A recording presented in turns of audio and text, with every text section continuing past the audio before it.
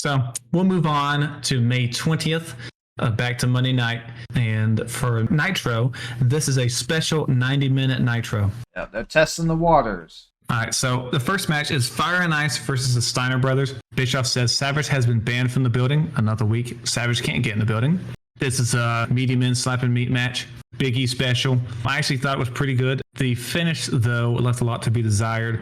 The match ends in a double count out. They just all kind of brawl on the outside. But I did like it. These men hit each other for real.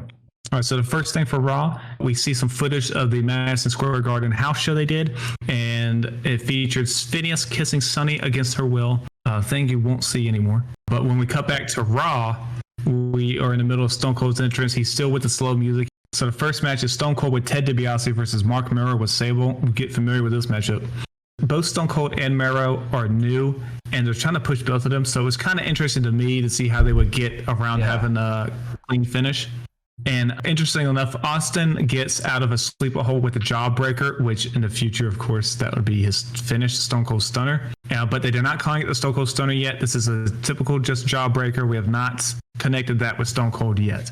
But the finish for this one sees Savio Vega run out to the ring, and he whips Stone Cold with the Caribbean strap, causing a disqualification. Mero's not very happy with the finish, and he kind of has some words for Vega after the match. All right, so the second match for Nitro is Eddie Guerrero versus Ric Flair with Woman and Miss Elizabeth. And again, like we said, when Ric Flair has an opponent he works well with, he kind of likes working the same type of match. So this is the same one they had maybe a month or two ago. Yeah, it's basically the exact same match, even the same ending. Because Eddie keeps making the same mistake. So in this match, like the other ones, Eddie Guerrero, he's working on Flair for a little bit. He misses a move. He hurts his leg. If you have a hurt leg, that's like a shark smelling blood in the water. He's going after that now. So he works over the leg. He gets the figure four on Eddie. He passes out. Pin. Game over. Eddie almost does turn to figure four this time, but Woman and Elizabeth turn Flair back on his side, so then that's where he used to pin. So after the match, though, we do get an in-ring interview with Ric Flair. Gene says he heard that Randy Savage is somewhere in the building. Flair looks afraid, but he says Savage is locked up, and he's locked up because he tried to interrupt his night last night with the girls. And Flair tells Macho Man that he is teaching his wife a new way of life. I mean, that stings. Gene tells Flair that he may have stuck his foot in his mouth yesterday. We're transitioning to talking about Mongo now. Flair says he knew Gene would try to embarrass him by bringing up the Mongo stuff when it is Mongo's wife who follows him around for his money. He says Mongo isn't here tonight because he is scared, and he tells Kevin Green he made two mistakes. He came to North Carolina without Flair's permission. He signed with the Carolina Panthers this offseason. And two, he thinks he can cross-train wrestling and football like Ric Flair cross-trains the girls. And he tells Green that he is not going to make it to minicamp. Flair, that's a pretty good Flair work here. Yeah, he was on his A game. Mm-hmm. But this transitions to the next match here because Flair goes to the commentary table and he sits in Mongo's usual spot. And the announce table is now decorated with food, champagne, candles because, you know, it's Ric Flair. But for the next match, we have the Faces of Fear versus Sting and Lex Luger, and this is a tag team championship match. And Ric Flair on commentary mentions that he caught Miss Elizabeth staring at Lex Luger and liking the way he can move his pecs. He says it doesn't bother him, but I did note that because in real life, Lex Luger and Miss Elizabeth do become an item near the end of her life. So I just thought that was interesting that, you know, fiction met reality at one point. But this match, we got to talk about this one spot, Jacob. Barbarian hits a huge top rope belly to belly on Sting. I mean, this is massive. He launches Sting. Absolutely launches. And Sting took it like, I believe, all on the hip. Yes, he does. And Ming and Barbarian then hit a double top rope diving headbutt for a 2 count. Sting's taking some good punishment here. But Barbarian, he goes for another top rope headbutt, but he misses this. This allows Sting to tag Luger in. Sting and Barbarian go at it, and then Sting hits a big splash on Barbarian, and Luger gets the pin. But yeah, so Sting and Lex Luger retain. This match I thought was pretty solid. Yes, it was fun. Again, we're not quite pushing the Faces of Fear yet. We will soon, but this was pretty solid. After this match, Bischoff tells Flair, who's still on commentary, that he heard Macho Man is outside the building. So we go to outside and we see Mean Gene with Macho Man. And Macho Man is trying to get into the building. Gene tells Savage that WCW officials are discussing what to do with Savage, and what they're discussing may include Savage not wrestling again. And then Savage tells Gene to give those officials a message. He tells them to be real careful about what they do to the Macho Man's future, and they need to make the right decision, because if they don't, Macho Man's implying that he may do something bad to those guys. I think I would listen. He seems like he's serious. Yeah, he's definitely threatening officials. I don't think they were going to like that. No, they're not going to like that one bit. Savage says he could get in there today and go after Flair. And then Savage ends with saying, he tells Gene, I got one more thing to say. I got one more thing to say. What's that thing? Oh, no! Wait a minute. Savage trying to get in. He both's trying to get into the building, but he can't get into the building. That was top tier stuff from Savage. But we'll go to the second match for Raw. It is Savio Vega versus the 1-2-3 Kid with Ted DiBiase. Honestly, the only thing notable here is that the Kid now has, he's starting his goatee. Mm-hmm. And he's getting in much better shape. Yeah. Ted DiBiase is at the commentary table. He has a chauffeur hat. He says he is tired of Savio Vega being in their business, and he says they are not going to call this a Caribbean strap match anymore. They're going to call it a chauffeur match, because Savio Vega will be his chauffeur after the match. To make you feel old if you're watching this, King talks about a new movie coming out that describes Savio Vega's chances of beating Austin. And King says, that's called Mission Impossible. Yeah. I think it had either was coming out or had just come out. Let's see. Yeah, it just came out. It had just come out. It was a big movie at the time. And DiBiase, he foretold the future. He says on commentary that one day Austin will be champion. He was right. Yep. Another notable thing for this is at one point during the match, 1-2-3 Kid gives the crowd a suck it sign. I believe that's the first time I have seen that. Yeah. On WWF. The only other person I could think of that probably did it was Razor. Yeah. For the finish, Kid goes for a splash and misses, and Savio pins Kid for the win. After the match, Stone Cold comes out immediately and attacks Savio Vega. Vega turns the tables on Austin, but 1-2-3 Kid kicks Vega in the back of the head, and then they both beat up Savio Vega while DiBiase hands the strap to Austin, and Austin ties Vega up, and DiBiase puts the chauffeur hat on Vega while Austin slaps and stomps on Vega as they leave. That was nice heat. Yep, good after match segment. The match is okay. Then we get a recap of Madison Square Garden house show where the Godwins beat the Biodanos for the tag titles. So they don't care about the tag titles so much that they're doing the title changes on the house shows. I believe that's 2 in a row that we've seen changed on not. The one other one was at a pre-pay-per-view show. Yeah, it might be 3 in a row they do that's not on TV. That's crazy. So we see that they, like I said, the new tag team champions, and then Vince announces that we will see the Godwins versus the Smoking Guns for the tag team titles at Free for All, which is the show right before In Your House. So, yeah. State of the tag titles right now. So for the fourth match on Nitro, before the fourth match, though, we do get another Glacier promo, another one. But the fourth match is Brad Armstrong versus Diamond Dallas Page. Flair, he says something I'm sure that actually might have been his real opinion. He says Brad Armstrong is one of the best wrestlers in WCW.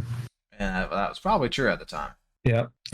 There's one point Armstrong does a spot where he bangs DDP's head on a turnbuckle repeatedly. DDP loves that spot where you bang your head on one, then he goes down to the other one. Oh, he loved that. Mm-hmm. But DDP always had that comedic overselling. Yeah. But the funny part about that spot is Ric Flair quipped that he used to do that to Savage back when he could get in the building. So just another dig.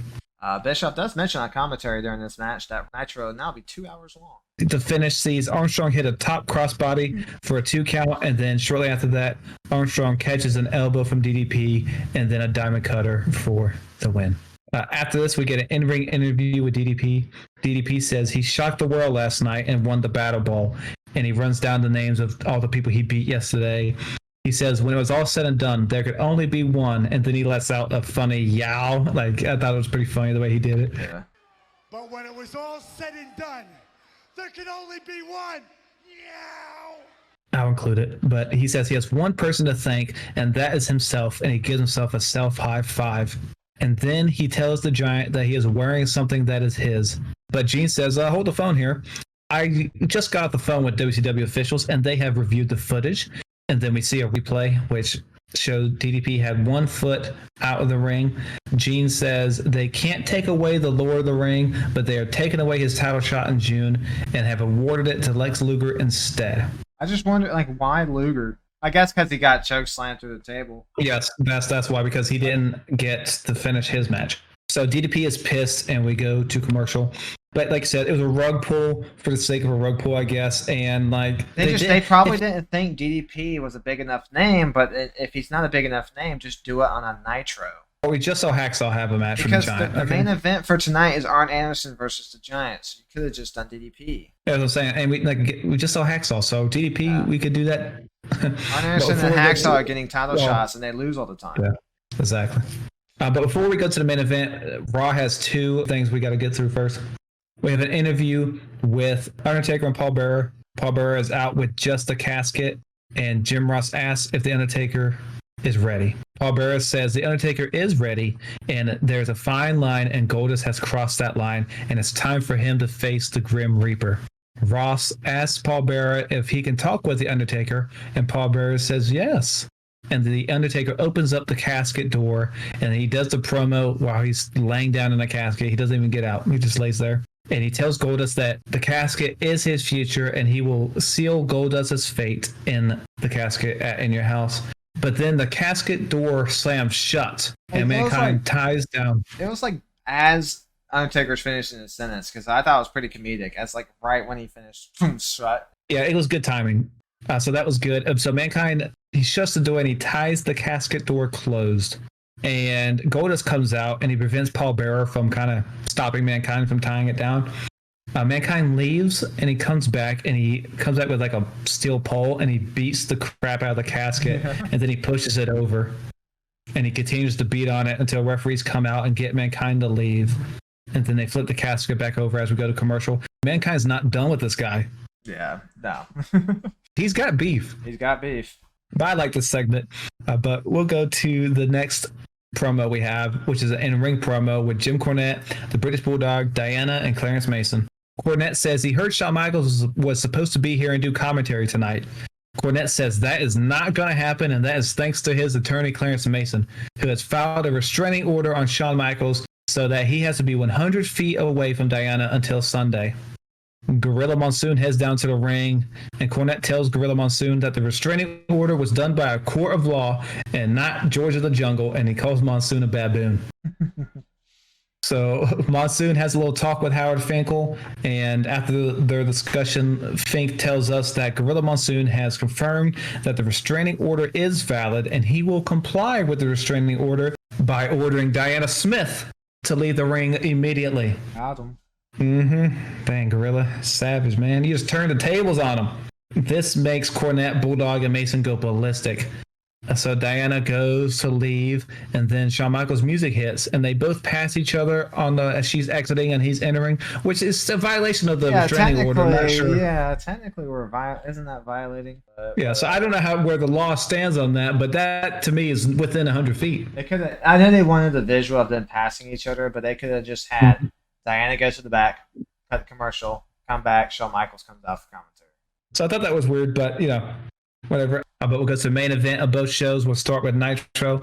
It is Arn Anderson with the Taskmaster versus the Giant with Jimmy Hart for the WCW Championship. The announcers are surprised that Arn is coming out with the Taskmaster. Hart is asking the Taskmaster what he's doing, and the Taskmaster says he is still with Dungeon of Doom, but he is there to ensure that Arn gets a fair shot at the title because Arn has kept his word to the Taskmaster through multiple deals, such as the Pillman situation. And again, like a typical Giant match at the time, Arn Anderson tries to work the Giant, but the Giant's just too darn strong. Everything Arn throws has no effect. Flair still on commentary watching the match. He tells the announcers that things are going to go their way real soon. I don't think so, Flair. I really don't. I don't think so. Arn attempts the DDT, but Giant reverses it to a chokeslam for 3. This was a short match and basically no offense from Arn. Yeah. So, it was so random. Yeah, I don't know why Arn had to take this. What was the point of Taskmaster coming out? The dude got worked over. Like, it's weird. And the Giant tells the camera that no one is going to stop him. And nothing happened with Flair and Arn afterwards with the Giant. So I thought there was going to be some interaction there, but there wasn't. Yeah, I thought they were going to do something. But that is that for Nitro. And so the main event for Raw is the British Bulldog versus Jake the Snake Roberts. Shawn Michaels on commentary says that Diana Smith is lying, and he is out there to watch his opponent for Sunday. Nothing more, nothing less. Michaels says this is character assassination and he is tired of it.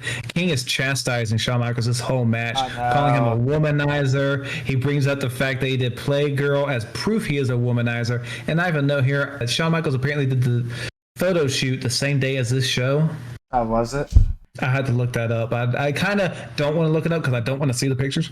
But anyways, Shawn Michaels thought Playgirl was mainly women bought it, and that isn't the case. So he was he's made fun of himself since then. Remember, I can't remember. He was like, "Oh, I thought it was for women" or something. Jay the Snake throughout this match teases that he's going to go for Revelations. That's in the snake that's in his bag. But Bulldog keeps stopping him every time because no one wants to see the snake, especially Cornette. That last time he saw the snake, he almost died. He fainted, right? Yeah. That thing was 50 feet long. But during the match, Diana Smith comes back out as we go to her commercial. And she is at the commercial. We see her talking with Shawn Michaels. And then she throws water at Shawn. Again, this is a violation of that restraining order. But and she violated she violated. So she should be arrested, shouldn't she? But Shawn says he won't hit a woman, so he hits Cornette instead. And then Bulldog goes after Shawn as Raw ends there. So it's kind of a weird ending. There was no announced the winner of the match, no count out or nothing. So I guess it's ruled a no contest. But that is that. So who do you have as the winner for May 20th? This Raw was no bueno. Yeah, WCW wins this. The main event's not good, but I liked a lot of the other stuff that happened throughout the show. So I put WCW. The winner was WCW 3.1, 2.3. So, I mean, your main event is Bulldog versus Jay the Snake. And which they've done this match a couple of times before. Yeah, they've been feuding before and after WrestleMania. Yeah, it's not much that I really care for on Raw, to be honest, now that I'm looking at it. Yeah, so easy WCW victory for this one. Again, not the greatest shows for either one, but WCW just had a little bit more going on with it. A little mo. All right, so now we'll go to the In Your House pay-per-view, and that was on May 26th of 1996. The official title for this one is In Your House, Beware of Dog, or as Bulldog would say, In Your House. In your house. In your house. In your house. So there's a little bit of a weird thing with this one. During this show, there was a bad storm, and there was a power outage during the pay-per-view. The only two matches that aired on pay-per-view night were the Hunter Hearst Helmsley versus Mark Mero match and the main event Bulldog versus Shawn Michaels for the title. So if you watch it on the network, those two matches are first, and then the rest of the pay-per-view, which they actually redid those matches on Tuesday after Raw. So some of the stuff that happens when we talk about the matches after the title match are going to reference stuff that happens on Raw. So we'll go through it and how it is, and everything will work out. But for the first match, we have Hunter Hearst Helmsley versus Mark Mero. And we have a recap of WWF Superstars where Triple H pedigreed Mark Mero. But at the Triple H entrance, we go to Doc Hendricks, who is backstage with Mark Mero. And he asks Mero what his defense strategy is for the pedigree. Mero says that today is the dawn of a new day. Tonight is time to answer the call of the wild and welcomes Hunter to the jungle. And that didn't really answer the question to me. No, not at all.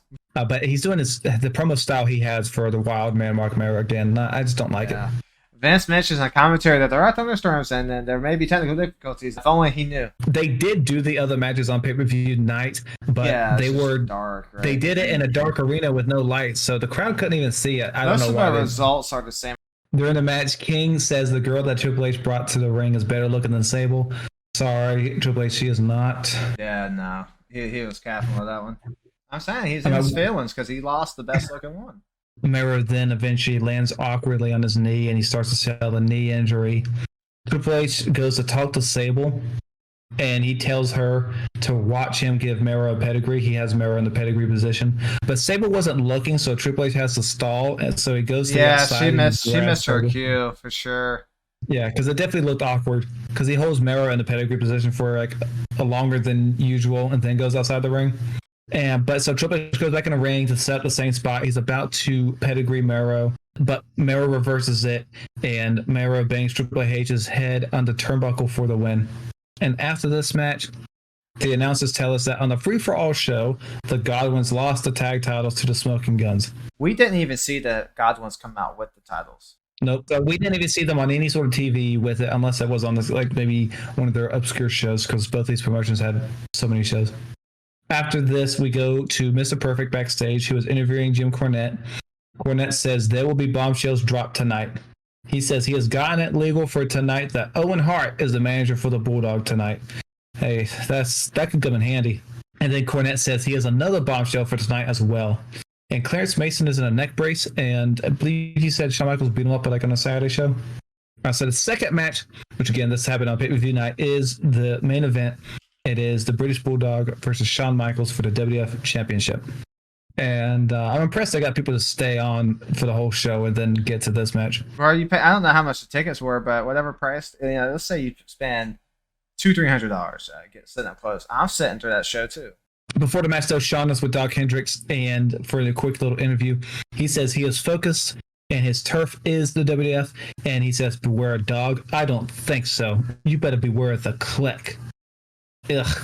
Well. Gross. But before the match, Clarence Mason gets on the mic and he says that Shawn Michaels has attempted to break up the happy home of the British Bulldog, and he has tried to destroy the essence of family values. He vowed to Smith that Shawn would cease his actions immediately. He says Shawn Michaels has been summoned for alienation of affection, and they will see him in court. He hands the subpoena to Shawn Michaels, who rips it in half. And I'm sorry, Shawn, that's not going to fly in court. They're not going to be happy with that. No. But for the match, the match starts off pretty slow, I think.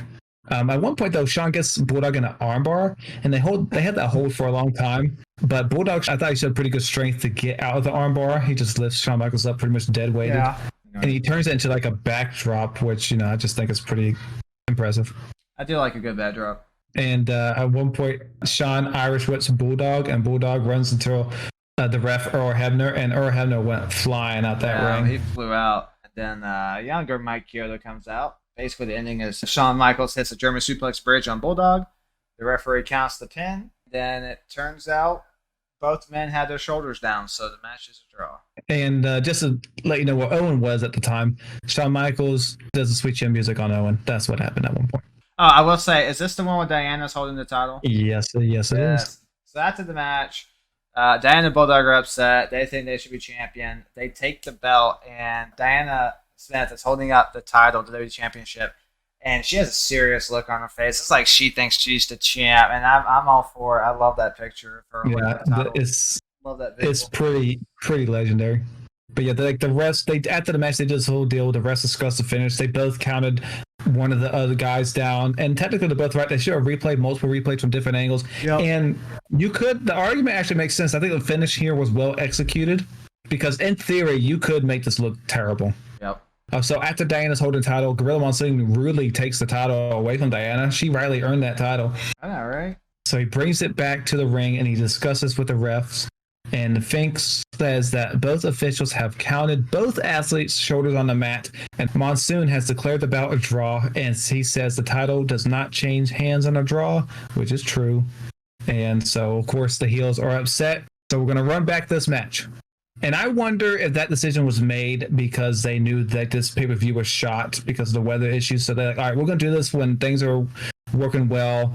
Yeah, or do you think this was they were always planning on doing this finish? I feel like they were always going to extend the program. I'm not sure if the planned double pin was the original finish. Yeah, I'll call Vince. Okay, yeah. I'm sure Vince remembers this information off the top of his head. Oh yeah, I'm sure. So that's it for the matches that actually happened on pay-per-view night.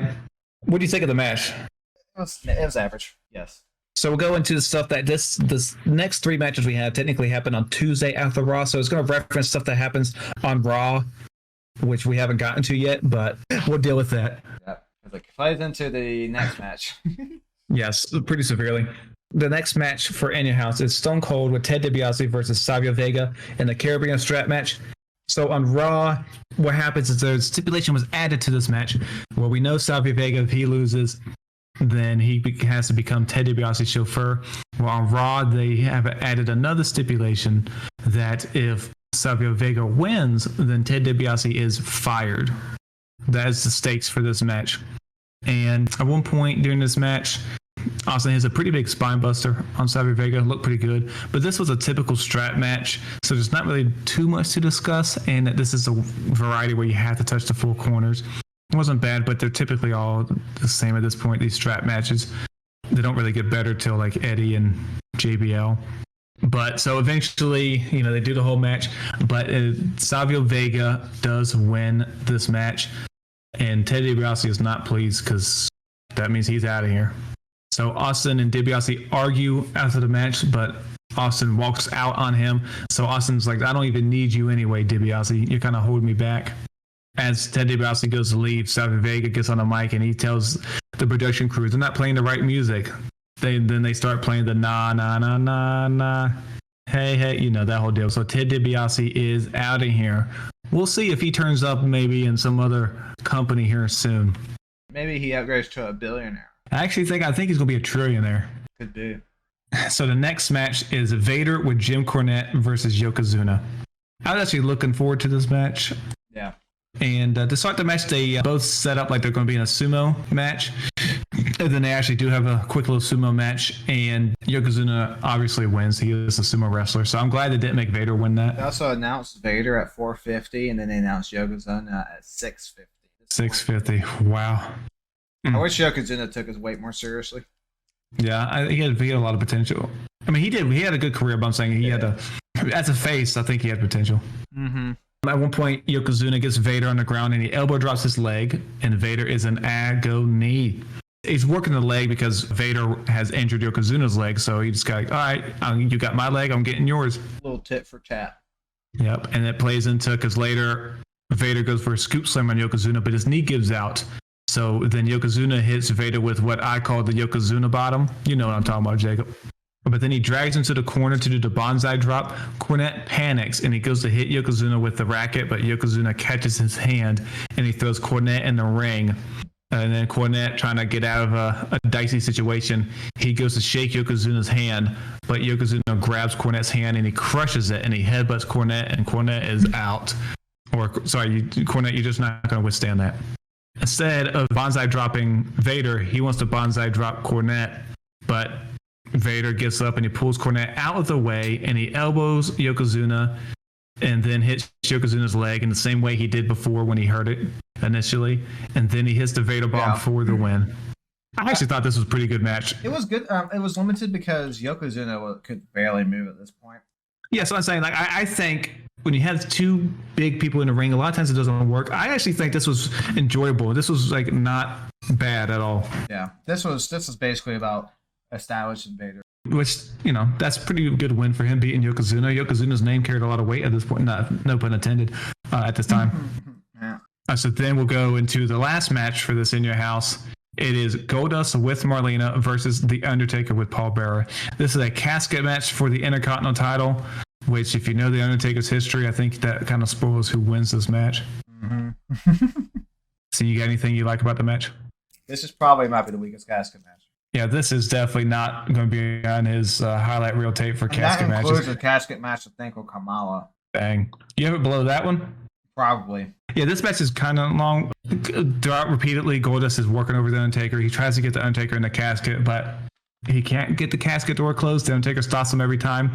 And then Goldust later, he tries to copy The Undertaker. He tries to do old school, but The Undertaker, he's got that move well scouted, so he just pulls Goldust off the top rope and tombstones him. You know what a lot of people don't know about old school is that Undertaker had been doing it even when he was a Mark Callis. Really? Yeah. Yeah. So, like I said, the Undertaker tombstones Goldust. He goes to then roll Goldust into the casket, but when he opens the door, he finds Mankind is in there, and Mankind immediately puts that mandible claw back on the Undertaker, and he eventually passes out. And then they roll Undertaker's carcass into the casket and close it for the win. Again, that mandible claw, man, it puts you right out. So this is like the third or fourth time he's done this to the Undertaker. So, they're putting this over. Yeah, he's got the Undertaker's number. So, and this feud is just getting started. They have so many good matches coming up. This is definitely one of the better. The Boiler Room Brawl is very unique. Yeah, that's not even my favorite one. I like the other one better. Yeah. But yeah, this is one of the better feuds of 1996. Undertaker Mankind.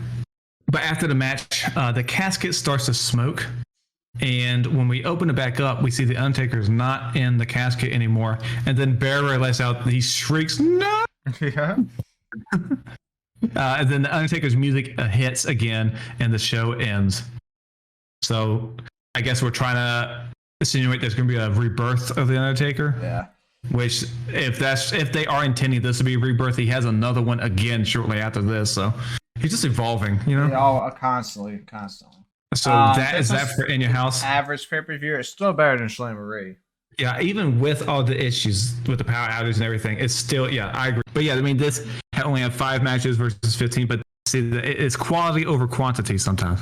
See, a lot of times when WWE or WWF at the time couldn't win the Monday game, they a lot of times won the pay-per-view battle. Yep. They had much more consistent pay-per-views. But that is that for In Your House. Let's go into May 27th, the last head-to-head. And again, Nitro is 2 hours from here. So a lot of times we're going to go a 2-for-1, going over 2 WCW matches versus one of Raw's until they become 2 hours.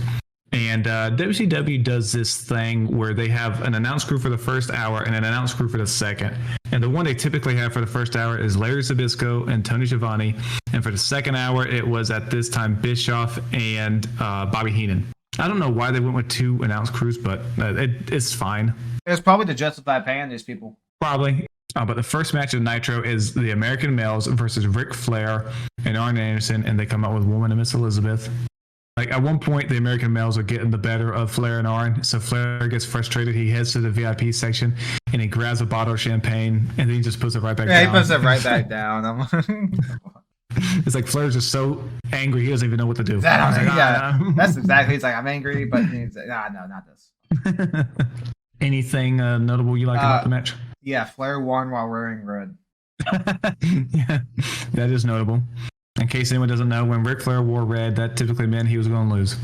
But let's see, Bagwell gets Flair with a fisherman suplex, but the ref is talking with Riggs, so he doesn't get the pin. And while Bagwell has the fisherman pin, Arn comes in and DDTs Bagwell, and then Flair makes the cover for the win. And then Flair has Woman throw some champagne in his face to waken him up after a hard-fought battle. Again, the American Males, they're just not getting over, so soon we're going to have a change. But after the match, we do have an interview with Flair and Arn after the match. Gene tells Flair that he has dug a hole for himself and that at the Great American Bash, they will face Mongo, McMichael, and Kevin Green. Arn gets on the mic and he says he never met a football player he couldn't walk over to get to a better fight, and he never saw a woman that Flair couldn't get like that, and he snaps. And Arn says the woman that Flair wants happens to be Mongo's woman. He reminds the two of them that there are no pads in wrestling. Flair gets on the mic now. He tells Mongo and Green that Commissioner Pete Rozelle, who's the commissioner of the NFL, better step in, and he tells Mongo that while he has been playing football, Flair has been making up ground in Austin, Texas, and he says Deborah is his. Flair says some people think he is the girl's sugar daddy, but it's Elizabeth who is his sugar mommy. Just trying to get on Macho Man's bad side again. And then let's go ahead and do the second match for Nitro. Oh, we also, before the next match, we do get a workout montage. Yeah, with Mongo and Green. Very 90s style. It had 10 frames per second. It was very choppy, Yeah. It's just them lifting weights, getting ready for the tag match. Yeah, I mean, they go real fast-paced, crazy 90s energy. 90s. Yeah, 90s energy. If you want that nostalgic 1990s vibe, you watch that. Yeah. But for the second match for Nitro is Steve Dahl versus the Mauler, who is Mike Enos.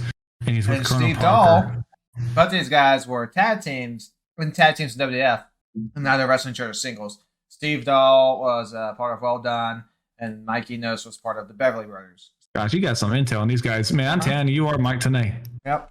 When they first started this match, I asked myself, why are they doing this match? I would soon find out my answer.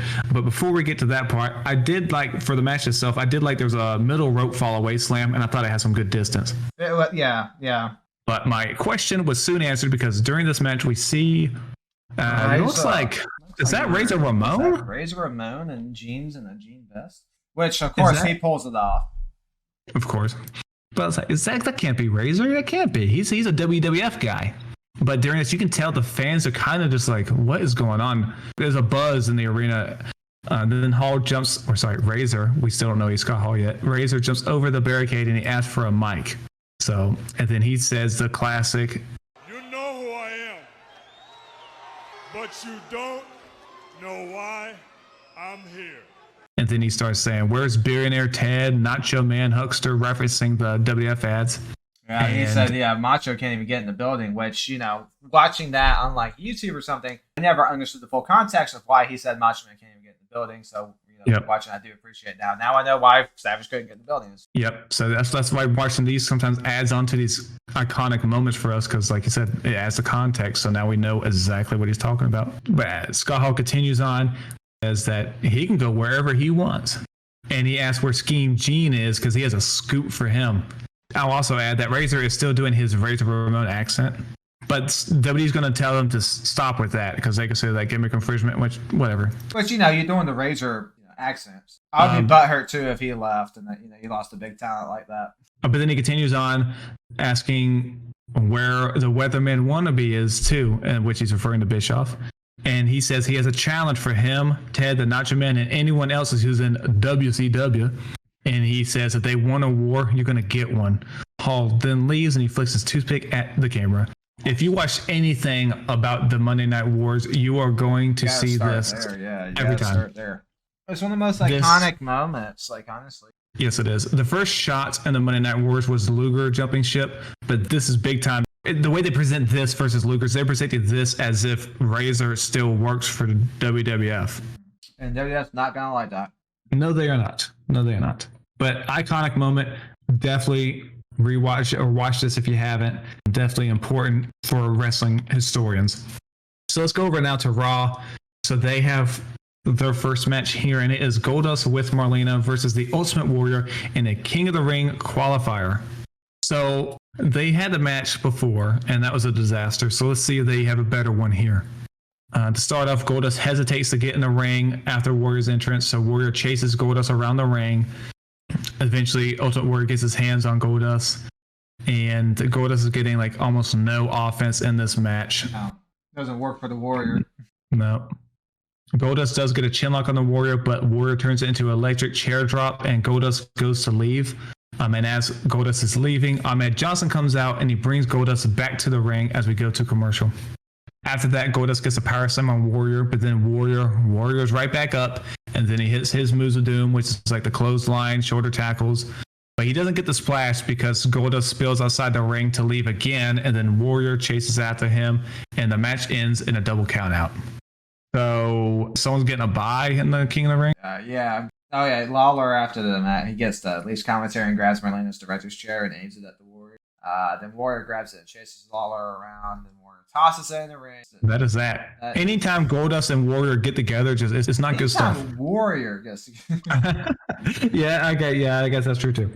But don't fret. Warrior's not here for too much longer. After this match, we see Austin and DiBiase talking backstage. Remember, we already talked about what happens, the result of this, but this technically happened before the match that we already discussed. So sorry for the confusion, but we're just going in order here. We get announced that if Austin loses, DiBiase's fired. It's essentially what that's going to be. And then I also see footage of Billy Gunn smooching Sonny, and that played into the distraction on Phineas, and that's how Smoking Guns won their titles back. And everyone's just kissing Sonny, man. I feel like she gets kissed all the time. Okay, so then we'll go back to Nitro, where we have Craig Pittman with Teddy Long versus Diamond Dallas Page. And after this, like at this time, the announcers are barely even talking about this segment that just happened. They're kind of trying to underplay it because he's not supposed to be here. This isn't part of the show. Pittman does hit the code red armbar on DDP, but DDP grabs Teddy Long, who's on the outside of the ring.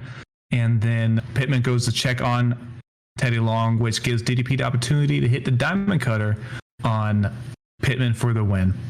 So then we have an interview with the Shark. The Shark is now not with Dungeon of Doom anymore. Shark says he was betrayed by the Dungeon of Doom and he has been thrown out.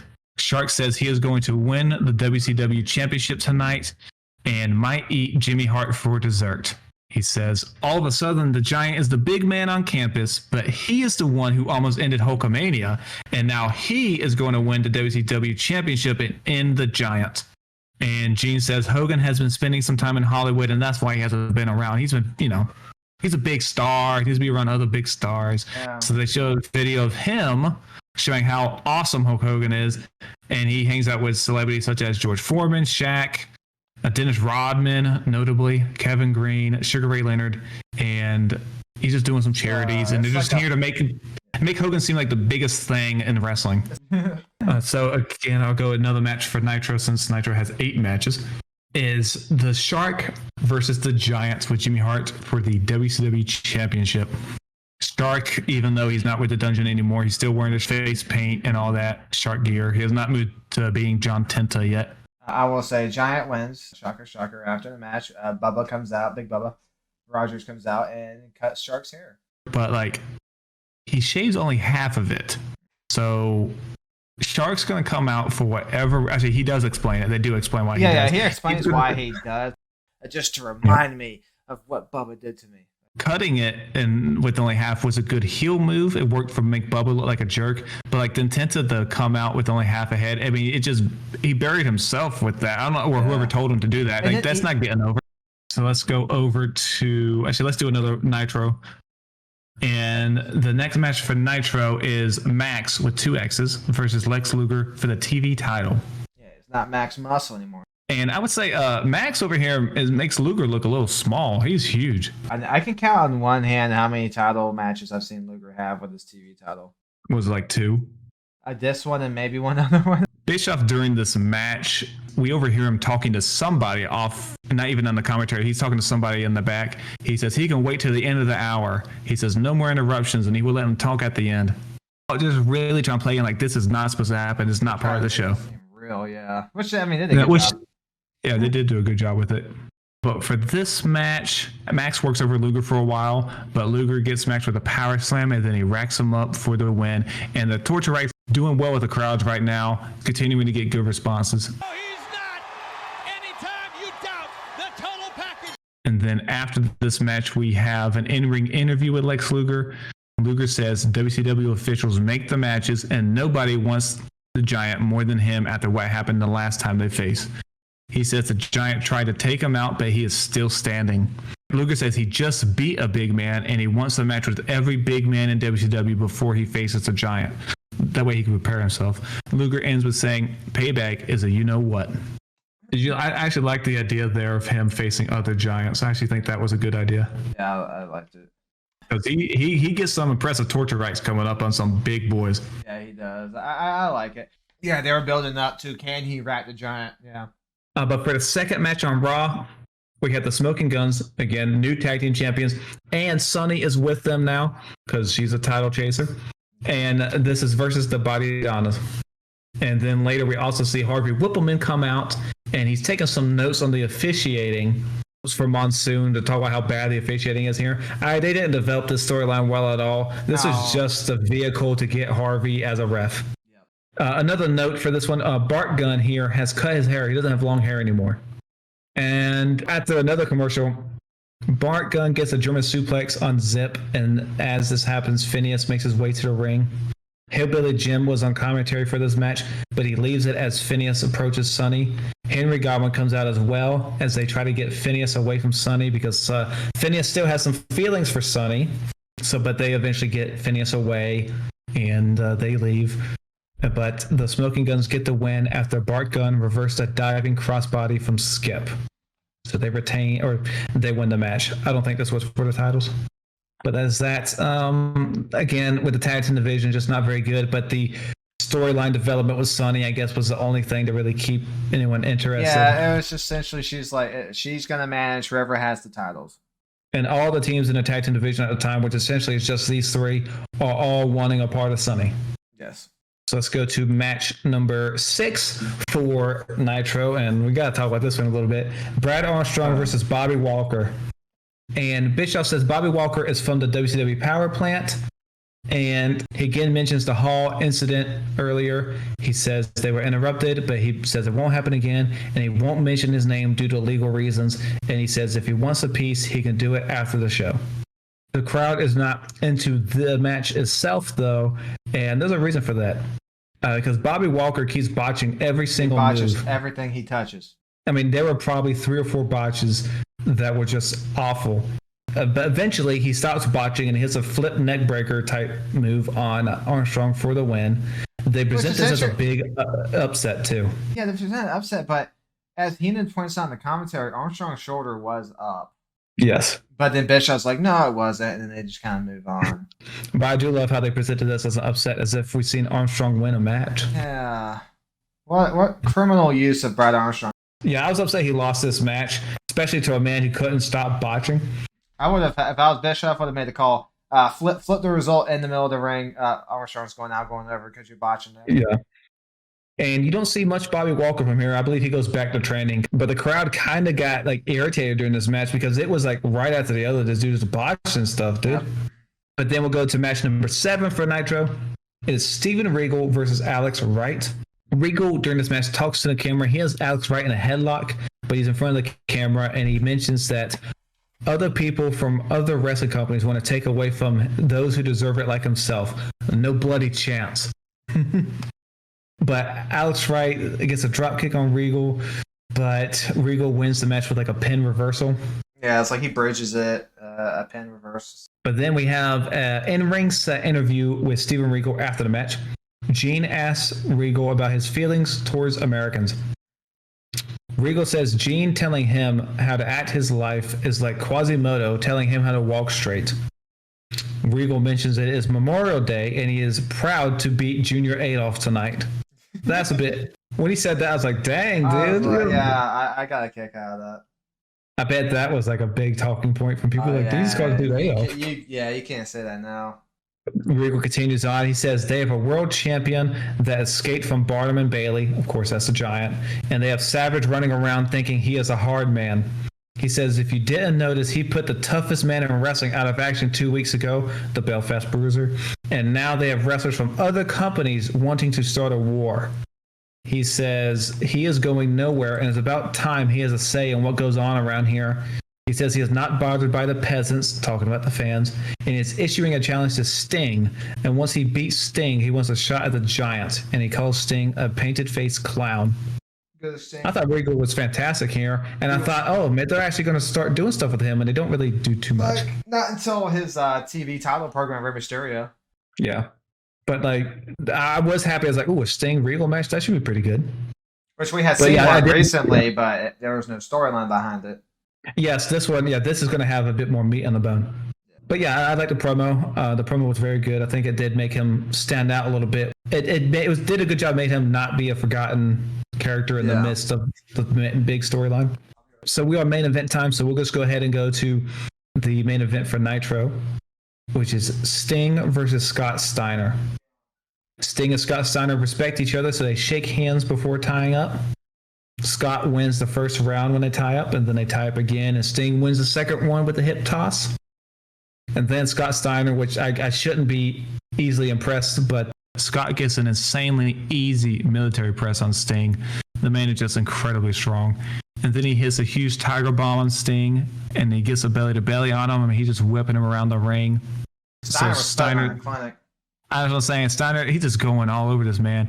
Steiner goes for an armbar, and that doesn't work, so he gets Sting back up, and he goes to suplex him again, but Sting reverses it to it looked like a Scorpion Death Drop, but they're not calling it that yet. Yeah. But then Sting hits the Stinger Splash on Steiner and goes for another one, but misses it, which allows Steiner to get another suplex on him. If this was a Lesnar match, that'd be another German coming his way. Yeah. Luger makes his way to the ring shortly because he's concerned for his friend. And then Rick Steiner comes out right behind him because he's like, nah, pal, you're not going to interfere in my brother's match. Yeah, he's like, what are you doing out here, buddy? And then Scott gets Sting on the top rope and hits like an angle slam, it looks like. That's what it looked like. Then Scott motions for the Frankensteiner, but he misses it, and Sting gets a Scorpion Deathlock on Steiner, but he gets to the ropes. Sting suplexes Scott outside the ring, but Scott lands on his feet, and he goes to suplex Sting, but Luger hits Scott, but the ref doesn't disqualify him. And he's looking right at it looked like. Yeah. Because after Luger gets involved here, Rick and Scott then argue with Luger, and Sting joins in, and all the men are brawling, and WCW wrestlers come out to break up the fight so I guess the official is a no contest. I thought this was a really good match though until the no decision at the end. But that's like a lot of WCW matches, like a good match until the ending. Yeah, exactly. And I wouldn't say this is a bad ending, but you kind of wanted to see a finish. Yeah. It's not going to be like, oh, you definitely got to check this out. So after they go back to commentary, and Razor comes out, and he talks to Bischoff. Bischoff says, Razor says Bischoff has a big mouth and we are sick of it. Bischoff asks, who is we? Hall says, you know. And then he says, this is where the big boys play, huh? What a joke. And then he tells Bischoff to tell Billionaire Ted to get 3 of his best, the Nacho Man, maybe Sting, and then he does the spooky fingers. Yeah. And then he tells him to get anybody he wants because we are taking over. And if he wants a war, then he has one. And then Hall says, let's do it the right way. Let's do it in the ring and not on the mic, the media, or the dirt sheets. Says not in we the newspapers. He says we are taking over, and he flicks his toothpick at Bischoff, and he tells him he will see him soon. And then Bischoff looks pissed as the show ends. See, notably, Hall was mentioning 3 of their best. He said Macho Man and Sting. He didn't mention one guy in particular. Maybe he just forgot about him. He didn't mention Hogan. Is that going to come back? I wonder if there's a reason for that. But yeah, I mean, this is very effective. I mean, I'm telling you, people after this episode of Nitro, they were probably buzz after Nitro on this one. Oh, can you imagine the atmosphere? I wish I could just see what was going on, the buzz after this happened. 5/28/96. At the day after, everybody got to work. Yo, did you see Razor Ramon on WCW? Big time. So we'll go to the main event for Raw, and the main event for Raw is Vader with Jim Cornette versus Ahmed Johnson. And I was actually kind of intrigued by this matchup because both these guys are pushing pretty heavy right now. It's the King of the Ring tournament first round, so it's like, wow, that's a first round match. And I'm like, I wonder. I can't remember how far these people advanced in this tournament. So I was like, who's going to win? Yeah. So when I was watching, I was like, I don't know who's going to win this. And it's always good when you watch a match and you don't know who the winner's going to be. See, I couldn't think of who was going to win. I was like, I don't think they're going to have him pin on it. So I was like, okay, I was thinking of like double count out. Like, but then they already did that with the first one. But then I was like, well, maybe they would double down. I don't know. If they did, oh my god. Can you imagine 2 match? Yeah, that'd be bad. I wonder if that's happened before. I have to look. But also for this match, Owen Hart is on commentary, and Owen Hart's always a treat on commentary. He was hilarious this match. I love that pun he did. Like, we have a good cast. So funny. All right. What you love, yep. And then Ahmed comes back with a clothesline and then a cross body to Vader, which knocks both men out the ring. I think that looked pretty good. That was good. They kind of got stuck a little bit, but yeah. A lot of weight coming over. A lot of weight, yeah. As Ahmed is getting back into the ring, Cornette slaps his back with a racket, which does nothing, and Ahmed chases Cornette away as we go to commercial. Ahmed suplexes Vader later on, which was a nice looking spot. I'm okay with Ahmed. Yeah, I'm okay with Ahmed with what they're trying to do. They're trying to make Ahmed the main event. I'm absolutely okay with Ahmed tossing around Vader. Yeah, this not was Henry Godwin, not Duke Droese. No. Vader gets Ahmed down again later on, and he goes for a Vader bomb from the top rope, but misses as Ahmed rolls away. I wonder how many times he's actually hit the Vader bomb from the top rope, because it seems like every time he goes to the top, he either does the moonsault misses, or he goes for a top rope Vader bomb misses. Yeah, it's kind of like Flair going to the top rope. You know, it's and Angle hitting the moonsault. I gotta say, it was better odds, Vader or Kurt Angle. I think Vader probably has better odds. Well, at one point, Vader's mask does come off. The beginning, his first few matches in WWF, he could not keep that mask on to save his life. It kept coming out. I don't know what the deal is. What he should have just tossed it off. And I'll get to the finish here. Cornette is distracting the ref, and Ahmed brings Cornette in the ring, and then Ahmed throws Cornette into Vader, and he hits Vader with the spine buster, but as Ahmed is going for the pin, Owen Hart jumps from the top rope and hits Ahmed in the back of the head with his cast. And Vader covers for 3, and Ahmed is out cold. After commercial, we come back and we see Ahmed is being taken out on a stretcher. Goldust then approaches him and says Ahmed needs mouth-to-mouth, and he proceeds to, as a respectful Samaritan here, he gives Ahmed multiple rounds of CPR, which awakens Ahmed, and he gets pissed off. And Goldust runs away. Ahmed chases after him, and Bob Holly approaches Ahmed, and Ahmed lifts Holly in the air like it was nothing. I mean, he gets this guy up there. He jacks him up. This does mention on commentary that this match was Ahmed's first loss, but I think he should have reiterated and said singles loss. Yes, he did in that 6-man tag match. But in Raw, Ahmed is storming through the locker room, and he shoves everyone. He's just upset. I think he breaks down a door too. The Goldust's locker room. He charges into it and just knocks it down. Yeah, but Goldust is not in the room, and Ahmed storms off as we end Raw.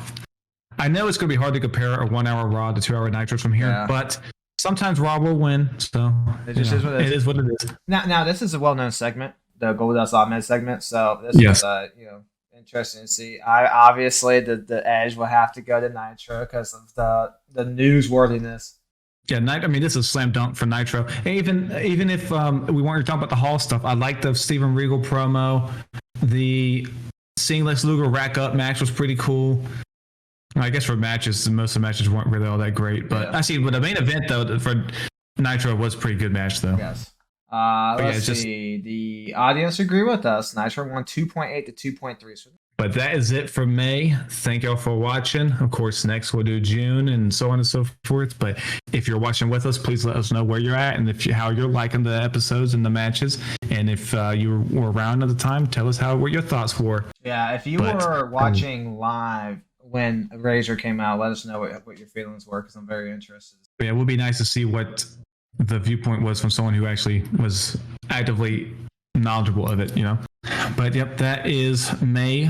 Again, stay tuned for June. Until next time.